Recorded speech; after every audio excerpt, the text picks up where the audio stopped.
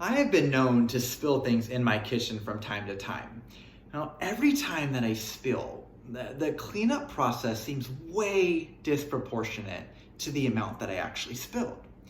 I've spilled coffee on numerous occasions, and typically it seems like just a few drops. But with the cleanup process that follows, you would think that I turned over the entire coffee pot. I don't know how a few drops of liquid get all over the floor, all over the counters, into the cupboards, and onto my shirt all at the same time. Now, there is something else that is actually much more serious, that is also very small, but has disproportionate consequences.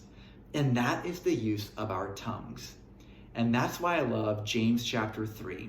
James pulls no punches when it comes to the use of our tongues. I'm going to read chapter 3, verses 3 through 5.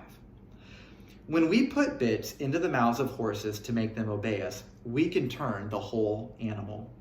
Or take ships as an example. Although they are so large and are driven by strong winds, they are steered by a very small rudder wherever the pilot wants to go. Likewise, the tongue is a small part of the body, but it makes great boasts. Consider what a great forest is set on fire by a small spark. Have you ever let something come out of your mouth that immediately, like, you're sticking out your arms trying to reel back in what you said? James is telling us that although the tongue is small in stature, it has the potential to be lethal in damage. So what hope do we have to gain control over our tongue? Jesus said that out of the abundance of the heart, the mouth speaks. And so a tongue problem is ultimately a heart problem. The tongue isn't going to lash out in destructive anger apart from a heart that isn't first harboring anger, resentment, and bitterness towards someone. While there is a part of us which it can feel good to harbor jealousy and ill will towards others, Jesus assures us that we cannot compartmentalize the heart and the tongue. They go together. This means we must acknowledge the anger and the bitterness in our hearts and deal with it constructively before our tongue deals with it destructively.